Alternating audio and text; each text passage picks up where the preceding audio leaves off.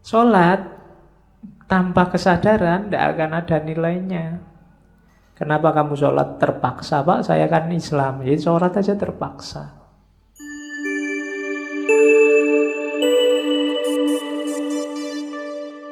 Oke, yang pertama, ini saya potong, apa sih basis mode keberagamaannya Siti Jenar? Ya, orang beragama kan pasti punya pola. Apa sih yang jadi pola keberagamaannya Syekh Siti Jenar? Itu dia ungkapkan ketika debat sama Sunan Bonang. Ketika Sunan Bonang undang Syekh Siti Jenar. Jadi modusnya apa? Yang pertama ya, gitu, kalimatnya begitu. Bonang, kamu ngundang saya datang di Demak. Saya males untuk datang sebab saya merasa tidak di bawah atau diperintah oleh siapapun kecuali oleh hati saya. Jadi yang pertama, orang beragama, khususnya kelompok aulia, itu lebih fokus pada mendayagunakan kolbu atau hati dibandingkan akalnya. Kadang-kadang orang menyebutnya mata batin. Jadi olah jiwa. Yang porosnya adalah kalbu.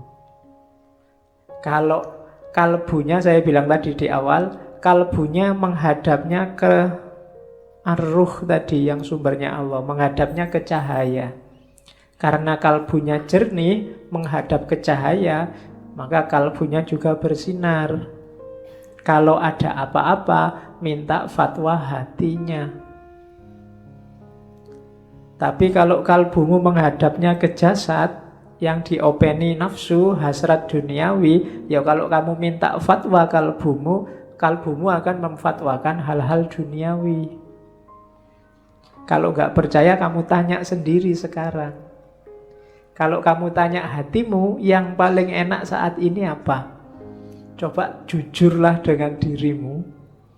Itu jawabannya hatimu kira-kira apa? Kalau isinya barang-barang duniawi, misalnya IP 4 Pak, dapat pacar segera, lulus langsung kawin, kemudian apa namanya cita-citamu? HP terbaru, apa S8, terus apalagi? Kalau isinya cuma itu yang kamu inginkan, ya berarti hatimu madepnya ke jasad. Atau tanyalah, kira-kira ada nggak cita-cita spiritualmu? Punya. Selama ini kan kalau ada orang tanya cita-cita, selalu jawabanmu kan cita-cita dunia. Jadi pilot, kuliah filsafat, mau cita-citanya pilot. Nggak ngerti aku pikiranmu. Jadi itu kan cita-cita dunia. Jajal, kamu punya nggak cita-cita rohani? Kalau di tasawuf kan ada makom-makom. Punya nggak misalnya, Pak, nanti umur 40 saya pinginnya sudah mencapai makom apa, sudah bisa tawakal bagus, sudah bisa jadi orang sabar, sudah. Itu cita-cita spiritual. Coba kalian punya apa enggak? Kalau enggak punya, jangan-jangan sama kayak saya. Yo, ayo latihan, bikin target-target. Misalnya Ramadan tahun ini, Pak, saya mau latihan menahan diri. Nggak total sih, Pak. Menahan diri dari gosip, baik lewat mulut maupun lewat medsos misalnya. Loh, nggak apa-apa toh latihan mau 1 bulan aja. Kalau 1 bulan kuat berarti ini bisa dilanjutin. Itu namanya cita-cita spiritual. Saya, Pak, Ramadan ini dulu saya 1 Ramadan bisa khatam 3 kali. Sekarang sekali aja lah, Pak, syukur. Meskipun kadang-kadang nggak nyampe. Hari pertama aja ngajinya semangat, hari kedua, ketiga mengkeret sudah. Karena nggak ditarget. Dan kamu selalu kalah oleh dirimu sendiri. Kenapa? Semakin pinter. Semakin pinter kan alasanmu semakin banyak. Begitu pegang Quran, Alah, baca itu tidak terlalu penting, yang penting kan ngerti maknanya. Kalau baca itu kan mesti kudu kamu semakin pinter. Dulu ngaji-ngaji aja, sekarang tidak ada alasan. Yang penting menghayati kan, gak usah wirid panjang-panjang. Yang penting nyambung sama Allah, hatinya ikut kan beres. Ngapain baca banyak-banyak kan sekarang gitu. Akhirnya dua-duanya gak jalan. Menghayati juga ndak, banyak juga ndak. Nah, itu kalah sama dirinya sendiri. Maka Syekh Siti Jenar ndak ada yang bisa merintah saya kecuali hatiku. Diperintah oleh siapapun, kalau hatimu nggak berkenan, perbuatanmu nggak bernilai. Kenapa? Karena pasti karena tidak ikhlas, tidak sukarela. Janjane, apa bahasa Indonesia ini janjane itu? Sebenarnya yang bisa merintah kamu itu hatimu. Itu tadi yang saya sebut kesadaran. Sholat tanpa kesadaran tidak akan ada nilainya. Kenapa kamu sholat terpaksa? Pak, saya kan Islam, jadi sholat aja terpaksa. Resiko Pak jadi orang Islam, sholatnya resiko. Bukan karena kesadaran. Ada orang bilang sholat itu ya jangan kewajiban, tapi kebutuhan. Belum, pertama-tama bukan kebutuhan, tapi kesadaran. Kesadaran itu berarti hatimu seneng, diperintah, condong, dan rela. Kalau kebutuhan itu kadang-kadang tidak rela ya, karena butuh aja. Tapi kalau hatinya rela itu tidak butuh pun mau. Tidak ada manfaatnya pun ayo, tidak masalah. Itu berarti rela.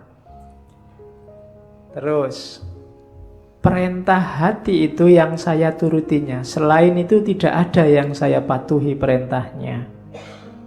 Bukankah kita sesama mayat? Mengapa seseorang memerintah orang lain? Manusia itu sama satu dengan yang lain. Sama-sama tidak mengetahui siapa yang sukma itu. Yang disembah itu hanya namanya saja. Meskipun demikian, ia bersikap sombong dan merasa berkuasa memerintah sesama bangkai. Ini kayak Syekh Siti Jenar, dulu saya bilang Syekh Siti Jenar itu dibalik. Hidup yang sejati itu besok. Hari ini itu kematian, kesengsaraan dan kematian. Mungkin bisa dibandingkan dengan filsafatnya Buddhisme. Jadi hidup itu isinya penuh kesulitan, kesengsaraan, dan kematian. Tidak masalah, asal dicermati benar, hidup yang akan datang harus benar-benar hidup. Kalau hidup yang akan datang tidak benar-benar hidup, kita rugi luar biasa. Wong hidup sekarang sudah sengsara, besok kok ya sengsara lagi. Itu kan rugi namanya. Tapi kan di dunia sudah kaya Pak, sudah duitnya banyak Pak, istrinya cantik Pak. Jangan dikira emangnya harta banyak terus enak, istri cantik terus enak. Ya mungkin dibandingkan yang istri jelek. Tapi tetap banyak sumpeknya. Ya dibandingkan yang tidak punya duit, yang banyak duit mungkin ada enaknya. Tapi banyak juga tidak ada enak yang sempurna, enak yang tuntas di dunia ini.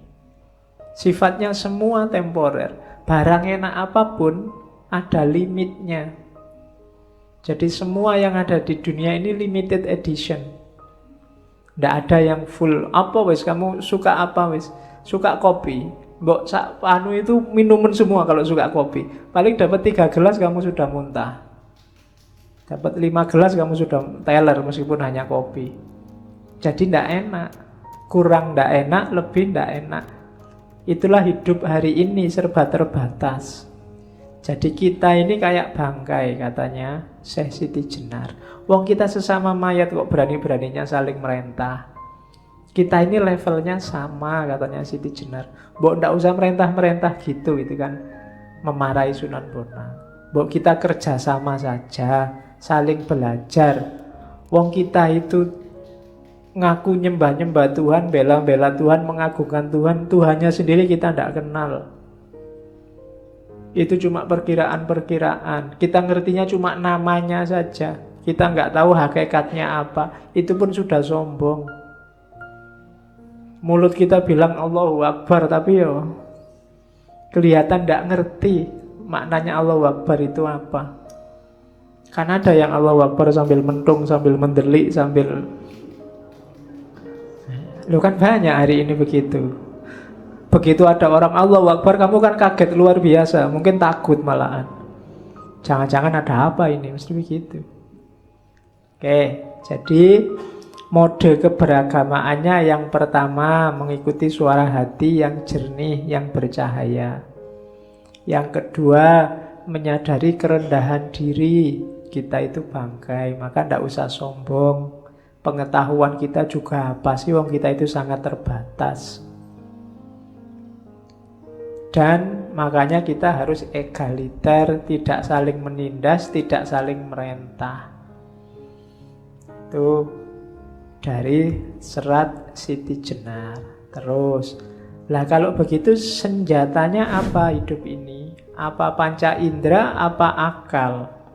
Katanya Siti Jenar, ya panca indera iyalah, tapi banyak kelemahannya. Akal juga iya, tapi banyak juga kelemahannya. Kenapa? Hidup itu dinamis. Hidup itu bersifat baru dan dilengkapi dengan panca indera. Panca indera ini merupakan barang pinjaman yang jika sudah diminta oleh yang punya akan menjadi tanah dan membusuk, hancur lebur, bersifat najis. Oleh karena itu, panca indera tidak dapat dipakai sebagai pedoman. Yang kamu lihat hari ini cakep, percayalah tidak akan bertahan lama. 20, 30, 40 tahun lagi insya Allah sudah selesai cakepnya. Yang kamu lihat hari ini indah juga tidak akan tahan lama. Semuanya ada batasnya. Telinga juga begitu. Sekuat-kuatnya pendengaranmu, yo, pada titik tertentu akan berkurang fungsinya. Gigi, hidung, ya kan? Gigimu mungkin kamu masih muda, giginya masih kuat-kuat. Sebentar lagi goyang satu demi satu. Sekarang masih kuat makan daging, besok cuma kuatnya makan agar-agar. Kenapa? Giginya mulai rontok. Dulu waktu kamu pramukaan zaman aliyah, zaman sanawiyah, jalan berkilo-kilo santai ketawa-ketawa. Sekarang naik sepeda ontel dari sini sampai UIN sana sudah tobat-tobat. Kenapa? Ya diakui aja sudah yang namanya jasmani panca indera itu semakin susut kekuatannya. Terus lah kalau akal gimana? Demikian pula budi, pikiran, angan-angan dan kesadaran yang berasal panca indera tidak dapat dipakai pegangan hidup karena tadi ya tidak abadi. Akal juga begitu. Akal dapat menjadi gila, sedih, bingung, lupa, tidak jujur. Akal itu pula yang siang malam mengajak dengki, bahkan merusak kebahagiaan orang lain. Dengki dapat pula menuju perbuatan jahat, menimbulkan kesombongan, untuk akhirnya jatuh dalam lembah kenistaan, sehingga menodai nama dan citranya. Kalau sudah sampai sedemikian jauhnya, baru orang menyesalkan perbuatannya. Akal juga begitu. Kalau madepnya ke duniawi yang jasad materi tadi, hasilnya burem-burem semua, hasilnya akal itu. Kalau ada orang iri, dengki, ngamuk, marah, itu semua karena madepnya ke sana. Akal ya sering keliru. Dianggapnya A ternyata B, diramalkan A ternyata B. Jadi akal sering keliru, panca indera juga sering keliru. Jadi dua-duanya kita pakai dalam hidup, wong itu sunatullah. Tapi tidak boleh terlalu disandari. Masing-masing punya batas. Saya selalu bilang kita punya banyak sekali fakultas pemahaman, cuma yang biasa kita pakai hanya dua ini, panca indera sama akal. Padahal kita masih punya nurani. Nurani pakai A ya, bukan pakai O. Kita kalau pakai O kan nurani. Terus ya, makanya di kantor itu ada majalah Nurani itu kan. Ini majalah bahasa Indonesia apa bahasa Jawa ya? Kalau bahasa Jawa kan bacanya O. Jadinya Nurani. Atau bahasa Arab. Kalau bahasa Arab Nurani itu bagus, dua cahaya. Kan dua nur. Oke, terus sampai inti mau kok, sampai Nurani. Pikirannya mulai ngelantur. Jadi akal tidak bisa disandari, panca indera nggak bisa disandari. Kita punya naluri, kita punya nurani, kita punya intuisi, kita punya imajinasi loh, masih banyak. Sayangnya kita tidak peka, kita nggak canggih mendaya gunakannya. Itu yang bikin kita sering keliru-keliru membaca realitas. Membaca Ahok itu harusnya pakai panca indera, pakai akal, pakai nurani, pakai naluri, pakai nas apa pakai apa. Membaca HTI itu yang sekarang ruwet itu harusnya pakai hukum apa pakai akal, apa pakai nurani, apa pakai naluri, apa pakai intuisi, apa nunggu ilham dulu dan seterusnya. Kita tidak canggih di bidang itu. Jadi itu yang dikritik oleh Siti Jenar. Batin kita gelap karena sandarannya hanya panca indera sama akal yang orientasinya ke materi. Jadi ada dua dasar hidup dengan berfatwa, menunggu fatwanya hati dan tidak terlalu bersandar pada panca indera dan akal. Terus kenapa Syekh Siti Jenar sering mengkritik para ulama dan santri zaman itu? Di situ tak tulis. Karena ulama dan santri zaman itu, katanya Siti Jenar, bukan saya loh ya, lebih banyak fokus hanya pada syariah. Syariah ajaran agama, bukan syariah usuluddin adab dakwah. Jadi hanya fokus pada syariah lahir, atau ya pakai istilah sembah raga. Orang disebut baik kalau aktivitas lahiriahnya kelihatan baik, sudah cocok sama syariat. Kalau naik motor kok ndak pegangan tangan, alhamdulillah itu berarti naik motornya syar'i. Tuh kan tidak boleh pegang tangan. Kan begitu pedomannya. Syariatnya kan begitu. Urusan kamu jatuh ya urusanmu. Yang penting tidak boleh pegang tangan kalau bukan muhrimnya. Karena ya itu tadi, sembah raga. Apa-apa diukur hanya kelihatannya. Dan yang kedua, modusnya adalah dogma dan ketakutan. Yang kedua, bujukan surga. Jadi katanya Syekh Siti Jenar, ulama sama santri itu modusnya cuma 3. Yang pertama, dogma. Dalilnya ada loh. Dalilnya apa sih? Ayatnya mana sih? Itu dogma. Yang kedua, ketakutan. Awas kamu kalau begitu, neraka paling bawah lapis 7. Nah, itu ketakutan. Kan akhirat itu kan ada basementnya ke bawah lapis 7, itu jatahnya neraka. Yang di atas itu lantai 1, 2, 3 sampai 7 jatahnya surga. Jadi bayanganku gitu, narasinya begitu. Kalau surga masuk naik ke atas, kalau neraka jatuhnya ke bawah. Nah, ketakutan. Jadi orang diancam terus. Dan yang ketiga, rayuan surga. Jadi makanya kalau ada orang gombal ngomong yang tidak sesuai kenyataannya, Atau janji-janji muluk-muluk yang tidak jelas menyebutnya hanya angin surga. Jadi orang dirayu dengan surga, diancam dengan neraka, atau dipageri dengan dalil dan dogma. Modusnya selalu itu. Dan akhirnya jatuhnya hanya pada yang lahiriah. Sibuk nyari mana halal, mana haram, aspek lahirnya saja. Ada apa-apa ditanyakan fatwanya, ini halal apa haram? Dalilnya mana? Dasarnya apa? Itu dogma. Dan itulah yang dikritik oleh Siti Jenar. Bukan salah, cuma masa itu tok agama isinya. Masa agama hanya syariat, hanya lahiriah, hanya itu saja. Kalau ada apa-apa, iki sholat apa enggak, kan selalu begitu orang tanyanya. Sembahyang loh, rajin ke masjid, wah bagus, selalu begitu.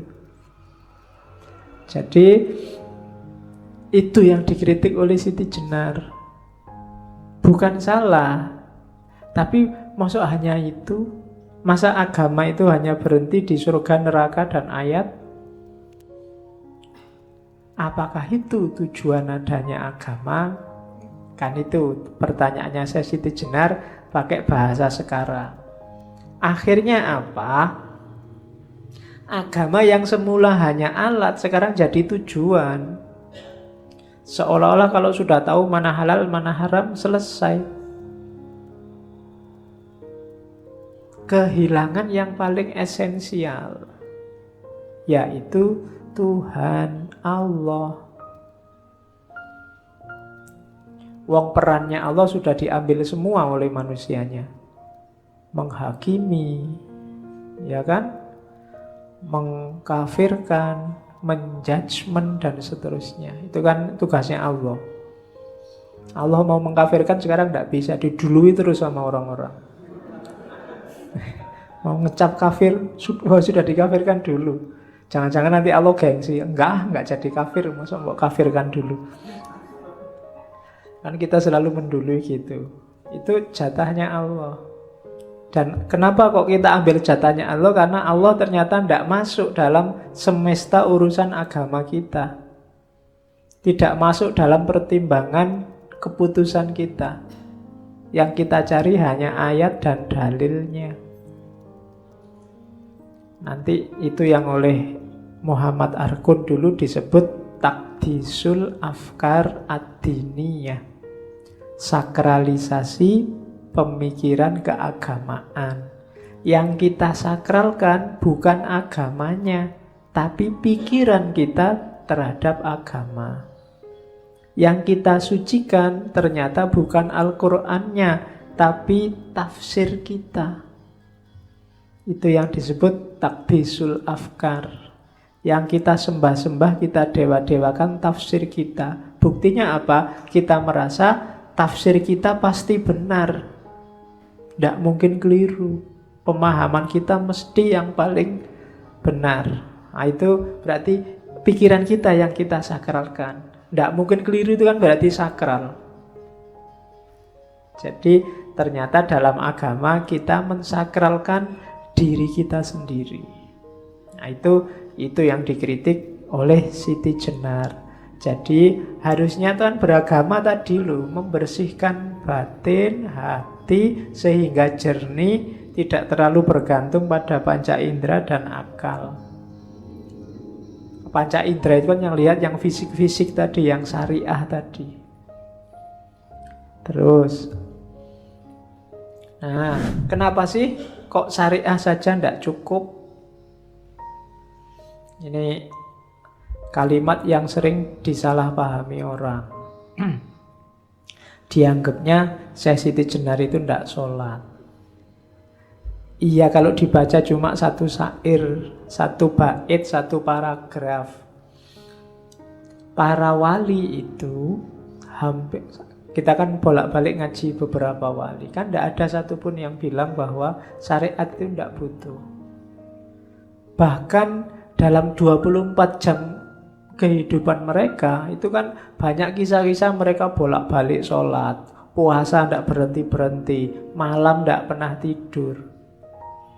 Itu ngalah-ngalahi kita jauh. Kita sih sibuk sholat zuhur, sholat asar paling cuma 5 waktu itu. Para wali itu sudah hobinya itu, tidak butuh diperintah-perintah lagi. Puasa tiap hari, zakat bahkan semua hartanya dikasih kalau ada yang minta. Ada yang jadi raja terus kerajaannya dikasih. Ada yang kaya raya semua hartanya dikasih. Itu para wali. Jadi nggak usah dicek mereka sholat enggak ya, zakat enggak ya, puasa enggak ya. Oh itu sudah hobinya.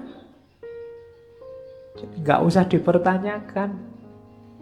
Syariat itu kalau ya kayak kritiknya Siti Jenar tadi loh. Banyak ulama, banyak santri yang berhenti di syariat. Berhenti itu padahal tidak cukup itu sebenarnya. Jadi maka para wali jarang fokus di syariat. Kenapa? Syariat itu cuma terminal awal yang harus dilampaui. Makanya mereka fokusnya pada beyond syariat tadi. Makanya yang bercita-cita jadi wali, jangan, kenapa kok pengen jadi wali? Enak pak, kelihatannya enggak sholat, enggak puasa, enggak. Coba dibaca kisah para wali itu. Justru mereka suka sekali melakukan apapun yang membuat Allah berkenan, yang semakin membuat mereka dekat sama Allah. Ada yang sehari semalam sholatnya bisa ratusan ribuan rakaat. Kalau contohnya minggu lalu, Syekh Abdul Qadir Jailani. Syekh Abdul Qadir Jailani itu kelihatan tidak ada tidurnya. Kalau habis subuh, dia ngajar. Nanti sholat zuhur. Habis zuhur, dia buka praktek. Buka praktek dalam arti menerima tamu-tamu yang biasanya minta fatwa tentang hukum, karena Syekh Abdul Qadir Jailani kan ahli fikih juga. Nanti habis asar sedekah, wajib itu. Habis asar apa yang dia punya diserahkan pada fakir miskin sebagian. Nanti maghrib makan. Kenapa? Karena buka puasa. Jadi maghrib makan, dan cirinya tidak pernah mau makan sendirian, mesti nyari teman. Bedanya kita kalau mau makan enak sembunyi-sembunyi. Kecuali tidak punya duit buat ke warung, baru nyari teman. Kalau Syekh Abdul Qadir Jailani tidak pernah makan sendirian, selalu nyari teman. Nanti isya sholat, habis isya ngajar lagi yang biasa ceramah banyak orang itu. Setelah itu ya sudah asik sama Allah. Yang diceritakan Syekh Abdul Qadir Jailani ya kebiasaannya satu malam khatam Al-Quran sekali. Dan sering-sering wudunya sholat isya itu belum batal sampai sholat subuh. Itu Syekh Abdul Qadir Jailani. Kalau kita kan juga sering begitu, cuma subuhnya jam 4:15. Terus isaknya jam 4 pas.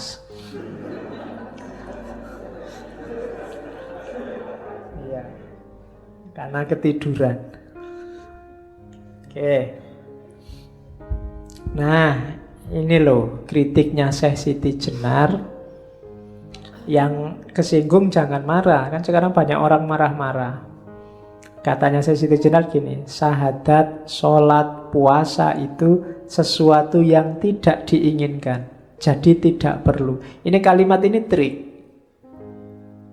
Siapa yang tidak menginginkan? Kita. Kita itu diperintahkan kelihatannya berat. Kalau ada bonus seneng. Ya kan? Ini boleh dijamak ya Pak? Boleh dikosor? Boleh. Wah lumayan. Itu kan alamat masih beban luar biasa. Lagi enak-enak nongkrong, adzan. Aduh, lagi asik ngobrol, adzan. Ya kan? Kayak beban luar biasa. Lagi asik, sebentar ya, sholat dulu ya. Pokoknya sholat itu kayak beban luar biasa. Nanti sholatnya di mana ya? Susah sekali. Selalu ribut dengan sholat. Itu menunjukkan sholatnya masih beban. Bukan kegembiraan. Jadi sholat diakui atau tidak, jangan-jangan tidak kita inginkan. Puasa kan juga begitu. Seandainya hari ini turun ayat Ramadan itu boleh puasa dan boleh nggak puasa, insya Allah kita tidak akan 30 hari puasa. Sesuatu yang tidak inginkan. Dan sesuatu yang tidak kita inginkan itu berarti kita tidak rela, tidak ikhlas. Jadi tidak perlu. Banyak loh ayat yang bunyinya begini. Kamin so'imin, berapa banyak orang puasa yang hanya dapat ju' wal atos. Dia nggak dapat apa-apa, cuma dapat lapar dan haus saja. Itu bahasa Siti Jerat. Jadi tidak perlu ngapain lapar-lapar nggak dapat apa-apa. Banyak yang sholat nggak dapat apa-apa, cuma dapat capeknya saja. Beberapa hadis ada yang bunyinya semacam itu. Itu sebenarnya senada dengan kalimat ini. Syahadat, sholat, puasa itu tidak diinginkan. Jadi tidak perlu.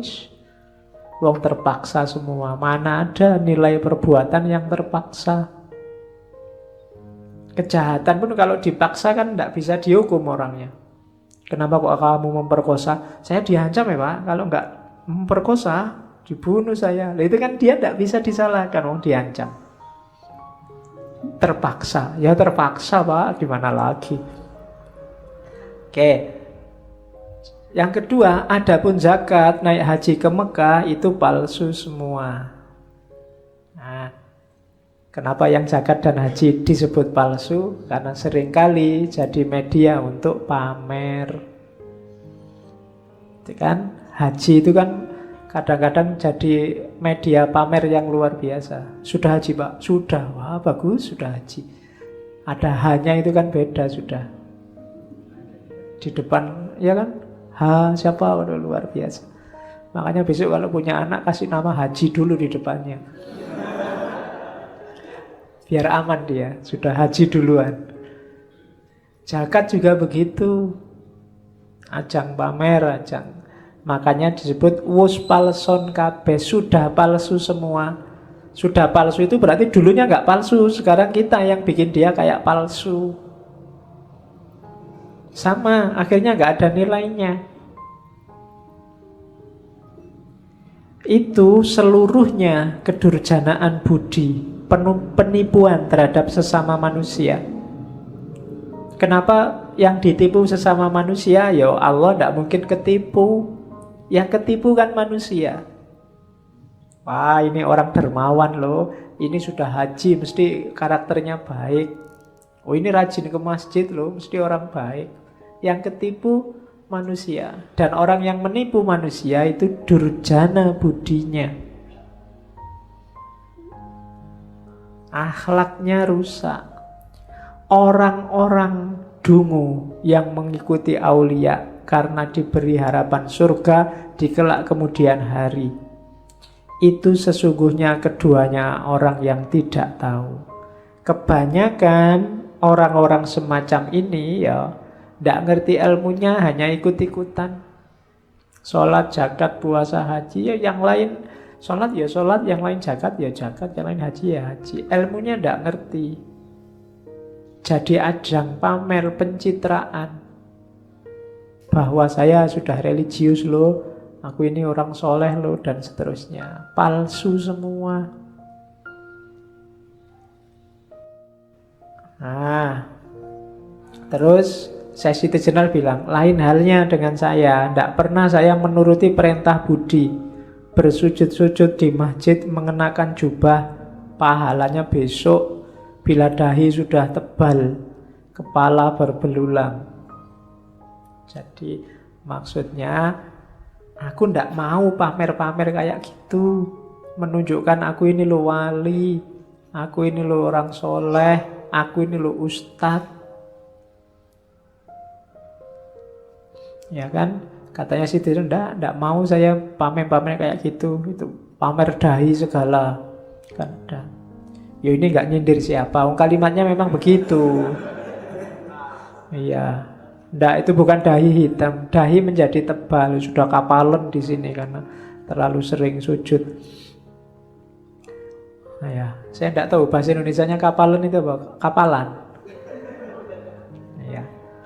Kapalan kok di sini tidak enak ya, enaknya di kaki, jadi kemana-mana naik kapal. Oke, Sesungguhnya itu tidak masuk akal. Tidak usahlah mencitrakan dirimu lebih mulia, lebih alim, lebih soleh. Buat apa? Di dunia ini semua manusia sama. Mereka semua mengalami suka duka, menderita sakit, duka nestapa. Tidak beda dengan yang lain.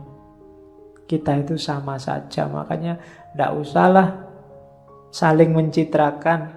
Oleh karena itu saya, Siti Jenar, hanya setia pada satu hal saja, yaitu Gusti Zat Maulana. Saya hanya setia pada Allah saja, tidak akan pada manusia. Ada wali-wali yang wow, yang mukjizat, yang karomah, tidak. Saya tidak akan kagum, dan aku juga tidak akan mencitrakan diriku, menyombongkan diriku, dan seterusnya. Jadi itulah titik-titik kepalsuannya. Bukan sholatnya salah, bukan puasanya salah, zakat hajinya salah. Manusianya yang palsu semua.